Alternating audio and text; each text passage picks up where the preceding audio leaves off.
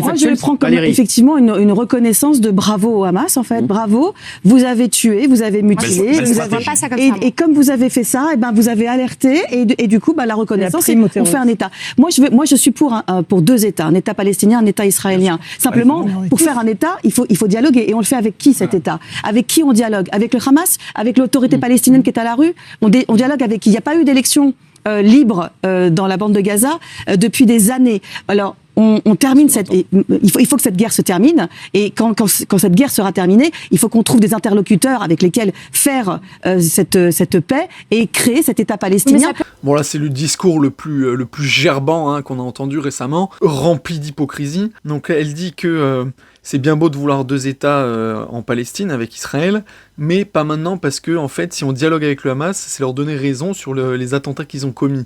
Alors en fait, il faut reprendre les choses au début. Quand le Hamas n'existait pas, est-ce qu'il y a eu un dialogue? Est-ce qu'il y a eu un État palestinien reconnu? Absolument pas. Et là, on voit qu'avec le temps, avec la création du Hamas, bizarrement, 4/5 des 200 pays de la planète reconnaissent l'État palestinien, alors qu'il y a 50 ans, c'était pas le cas. J'ai l'impression que les choses bougent plus dans le sens une fois que le Hamas agit. Parce qu'en fait, quand il n'y avait que la Palestine, tout le monde en avait rien à foutre. Bon, que ce soit même les pays arabes, mais comme les pays occidentaux. Et donc Israël était bien content de grignoter le territoire petit à petit.